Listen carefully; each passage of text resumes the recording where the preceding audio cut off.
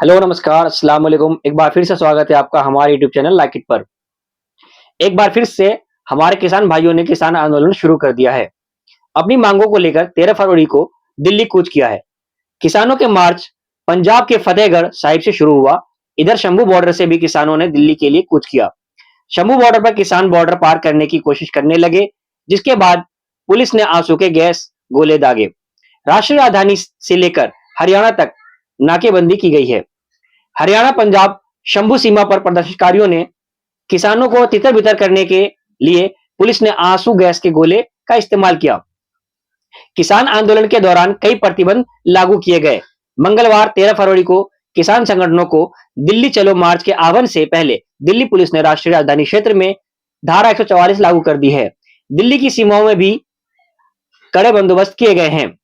दिल्ली नई दिल्ली की सीमा में किसी भी जुलूस, प्रदर्शन, रैली या पैदल मार्च को के आयोजन को या उस आयोजन में भाग लेने पर पूर्ण प्रतिबंध, चाहे वे राजनीतिक, सामाजिक या किसी अन्य उद्देश्य के लिए क्यों न हो।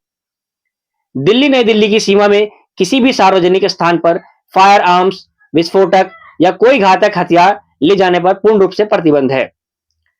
ट्रैक्टर, ट्रॉली, ट्रक या लोगों को लाने ले जाने वाली किसी भी तरह की ट्रांसपोर्ट के प्रवेश पर प्रतिबंध लगाया गया है।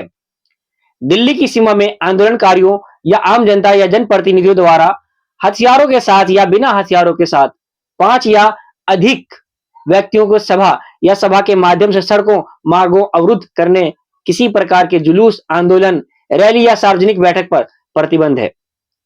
अगर कानून के तहत विशेष रूप से अनुमति है तो उस पर बैन नहीं होगी।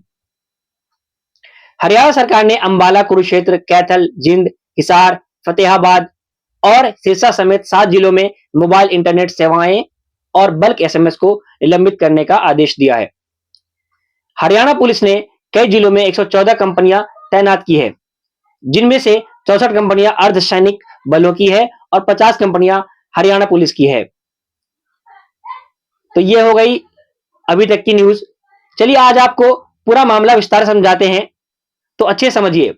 आपको याद होगा भारत सरकार 2 साल पहले कृषि कानून लाई थी, जिसका पुरजोर विरोध किया गया था। किसानों ने महीनों तक दिल्ली के बॉर्डर पर बैठे रहे, ठंड, गर्मी, बरसात, तूफान सब सहते रहे। उस किसान आंदोलन में 750 से भी अधिक किसानों की जान चली गई थी। भारत सरकार ने 2 साल पहले 3 विवादित कृषि कानूनों को वापस लेकर किसानों का धरना प्रदर्शन खत्म करा दिया था। लेकिन किसानों की एक सबसे अहम मांग, फसलों पर एमएसपी की गारंटी, अभी भी पूरी नहीं हुई है। इस कारण तमाम किसान संगठनों ने एक बार फिर से सरकार के खिलाफ हल्ला बोल दिया है। हजारों की तादाद में यूपी, हरियाणा, पंजाब और राजस्थान के किसान दिल्ली बॉर्डर पर पहुंच गए हैं। किसानों का आरोप है कि सरकार ने 2 साल पहले किए अपने वादों को पूरा नहीं किया।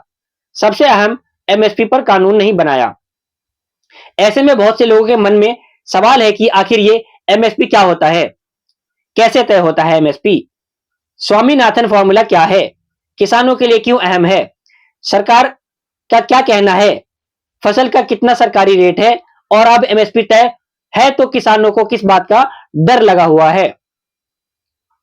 तो सबसे पहले समझिए, एमएसपी का मतलब होता है मिनिमम सपोर्ट प्राइस, हिंदी में न्यूनतम समर्थन मूल्य कहते हैं। ये किसानों की फसल की कीमत होती है जिसे सरकार तय करती है। देश की जनता तक पहुंचने वाले अनाज को पहले सरकार किसानों से एमएसपी पर खरीदती है, फिर सरकार इस अनाज को राशन व्यवस्था या अन्य सरकारी योजनाओं के तहत जनता तक पहुंचाती है। इसके अलावा उम्मीद की जाती है कि सीधे बाजार में भी बेचने पर किसानों को फसल का दाम एमएसपी से कम नहीं मिलेगा। इस तरह किसानों को फसल की सही कीमत मिलती है और बिचौलियों के शोषण से बचते हैं। किसानों के हित के लिए एमएसपी की व्यवस्था 5 दशक से चल रही है। अगर कभी फसलों की कीमत बाजार में किसी कारण गिर भी जाती है, तब भी भारत सरकार उस फसल को एमएसपी पर ही खरीदती है। इससे किसानों को नुकसान नहीं होता है। अब जानिए कौन तय करता है एमएसपी। सरकार हर साल रबी और खरीफ की फसलों की कीमत तय करती है। यह MSP commission for agricultural cost and prices, CACP की सिफारिश पर तय की जाती है। सीएसीपी फसलों की लागत और फसलों की पैदावार के आधार पर कीमत तय करके सरकार के पास भेजता है। सरकार इन सुझावों पर चर्चा के बाद एमएसपी की घोषणा करती है। सबसे पहले कब तय हुआ एमएसपी? सीएसीपी समिति की स्थापना साल 1965 में हुई थी। समिति में मुख्य रूप से 4 सदस्य होते हैं, एक अध्यक्ष, एक सदस्य सचिव और 2 अन्य सचिव शामिल होते हैं।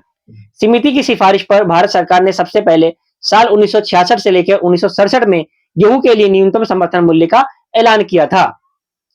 सरकार ने पहली बार गेहूं की कीमत 54 रुपए प्रति क्विंटल तय की थी। तब देश में इंदिरा गांधी की सरकार थी। कहा जाता है कि यहीं से हरित क्रांति की शुरुआत हुई। गेहूं के बाद धीरे धीरे दूसरी फसलों पर भी एमएसपी लागू किया जाता रहा। कभी सभी फसलों पर, क्या ये सभी फसलों पर तय होता है एमएसपी? जी नहीं, हर फसल पर एमएसपी नहीं दिया जाता है। एमएसपी के दायरे में सिर्फ 23 फसलों को रखा गया है। इनमें अनाज की 7, दलहन की 5, तिलहन की 7 और 4 कमर्शियल फसलें भी शामिल हैं। इनमें धान, गेहूं, मक्का, जौ, बाजरा, चना, मसूर, उड़द, मूंग, तुअर, सरसों, सोयाबीन, जूट, कपास, सूरजमुखी, गन्ना शामिल हैं। हर साल फसलों की बुआई से पहले ही एमएसपी तय हो जाता है। बहुत से किसान एमएसपी देखकर ही फसलों की बुआई का फैसला करते हैं। फसल तैयार हो जाने के बाद सरकार अलग अलग एजेंसियों के माध्यम से एमएसपी पर अनाज खरीदती है। इन अनाज को गोदामों में जमा कर लिया जाता है। इसके बाद मांग के अनुसार देश या विदेशों में भेजा जाता है। 2018-19 के आम बजट में सरकार ने ऐलान किया था कि सभी अनिवार्य फसलों को एमएसपी उत्पादन लागत के कम से कम 1.5 गुना ज्यादा तय किया जाएगा। जब एमएसपी तय है तो किसानों को किस बात का डर? एमएसपी तय करते वक्त इस बात का ध्यान रखा जाता है कि किसानों को उनकी लागत का कम से कम 50% मुनाफा हो जाए, लेकिन असल में ऐसा नहीं हो पाता।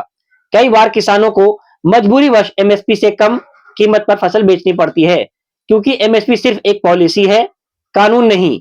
ऐसे में किसान अदालत में जाकर अपना हक भी नहीं ले सकते। 23 फसलों में से गन्ने पर ही कुछ हद तक कानूनी पाबंदी लागू होती है। एसेंशियल कमोडिटी एक्ट अनुसार गन्ने पर उचित कीमत देना जरूरी है। किसानों को डर है कि सरकार जब चाहे एमएसपी का सिस्टम खत्म कर सकती है, क्योंकि यह सिर्फ एक पॉलिसी है। 2014 में बनी शांता कुमार कमेटी के मुताबिक 6% किसानों को ही एमएसपी का फायदा मिल सका है। एमएसपी पर बदलाव क्या चाहते हैं? बदलाव क्या होना चाहिए? किसान की क्या मांग है? किसान चाहते हैं कि कानून के तहत एमएसपी से कम कीमत पर फसल खरीद को अपराध घोषित किया जाए। साथ ही दूसरे फसलों को भी एमएसपी के दायरे में लाने की मांग की जा रही है। एमएसपी से सरकार पर कितना बड़ा बोझ बढ़ जाएगा? सरकार आंकड़ों के अनुसार एमएसपी के दायरे में शामिल 23 फसलों का साल 2019 से 20 में 10.5 लाख करोड़ रुपए का उत्पादन रहा। इनमें करीब 25% फसल किसान अपनी निजी जरूरत और पशुओं के लिए अलग रख लेते हैं। गन्ने के लिए सरकार का कोई पैसा नहीं देना होता। गन्ने का पैसा शुगर मिल से आता है। सरकार ने एजेंसियों के जरिए 2019-20 में 2.7 लाख करोड़ की फसल खरीदी। ये कुल उत्पादन का करीब 1/3 हिस्सा है। हालांकि इतनी खरीद से ही बाजार में फसल की कीमत बढ़ जाती है और किसान मुनाफा कमा लेते हैं। एमएसपी की गारंटी क्यों नहीं दे रही है सरकार? एमएसपी हमेशा फसल की एक फेयर एवरेज क्वालिटी के लिए दिया जाता है, यानी जब फसल की अच्छी क्वालिटी होगी तभी उसकी एमएसपी पर खरीद की जाएगी, अन्यथा नहीं। ऐसे में अगर सरकार ने एमएसपी पर गारंटी दे दी तो उस फसल की क्वालिटी अच्छी है या नहीं, ये कैसे तय किया जाएगा? और अगर फसल तय मानदंडों पर खड़ी नहीं उतरती है तो उसका क्या होगा? दूसरा, अन्य फैसलों को एमएसपी में शामिल करने से पहले सरकार उसका बजट भी तय करना होगा। सरकार को कई समितियों ने सुझाव दिया है कि गेहूं और धान की खरीद कम करनी चाहिए। भारत सरकार इस सुझाव पर काम कर रही है। अब यही डर किसानों को सता रहा है कि सरकार अगर कम खरीद करेगी तो उन्हें मजबूरी में निजी कंपनियों और बिचौलियों को फसल बेचनी पड़ेगी। ऐसे में उन्हें कम कीमत मिलेगी और उन्हें नुकसान होगा। क्या है स्वामीनाथन रिपोर्ट? मोदी सरकार ने हाल ही में दिवंगत कृषि वैज्ञानिक डॉक्टर एमएस स्वामीनाथन को भारत रत्न से सम्मानित किया है। उन्हें भारत में हरित क्रांति का जनक माना जाता है। 2004 में उनकी अध्यक्षता में राष्ट्रीय किसान आयोग एनसीएफ का गठन किया गया था। आयोग ने 2006 तक 5 रिपोर्ट पेश की, जिसमें भारत में एग्रीकल्चर सिस्टम सुधारने के सुझाव दिए थे। हालांकि तब से अब तक रिपोर्ट लागू नहीं हो सकी। उस वक्त केंद्र में मनमोहन सिंह की सरकार थी। इन्होंने स्वामीनाथन रिपोर्ट के नाम से जाना जाता है और अक्सर इन्हीं रिपोर्टों को लागू करने की मांग भी की जाती है। मुझे उम्मीद है कि अब आपको पूरा मामला अच्छे से समझ में आ गया होगा। तो दोस्तों वीडियो को मैं यहीं समाप्त करता हूं और उम्मीद है ये वीडियो आपको पसंद आई होगी और अगर ये वीडियो आपको पसंद आई है तो अपने दोस्तों के साथ प्लीज शेयर करें और चैनल को सब्सक्राइब करना ना भूलें ताकि हमें सपोर्ट मिलता रहे। धन्यवाद।